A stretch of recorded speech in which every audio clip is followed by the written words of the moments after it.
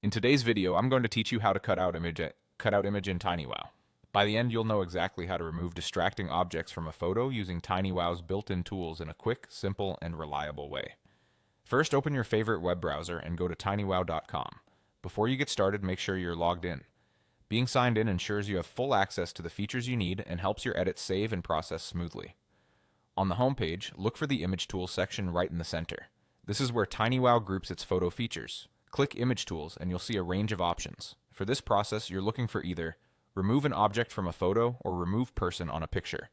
Both tools use similar technology to clean up a photo by filling in the background where something used to be. Today we'll use remove an object as the example, which is great for things like stray signs, power lines, or an unwanted item in the frame. Once you've selected the tool, click Upload from PC or mobile.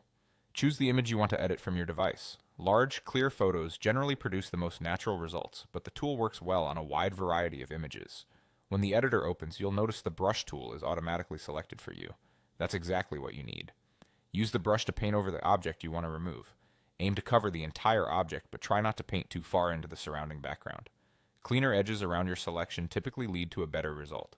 If you color outside the lines or miss a spot, don't worry. You can refine your coverage and continue until everything you want gone is highlighted. When your selection looks good, click Remove. TinyWow will analyze the area and reconstruct the background where the object used to be. This processing step can take around a minute or so, depending on your image and connection, so give it a moment. When it's done, you'll see the updated photo with the object removed.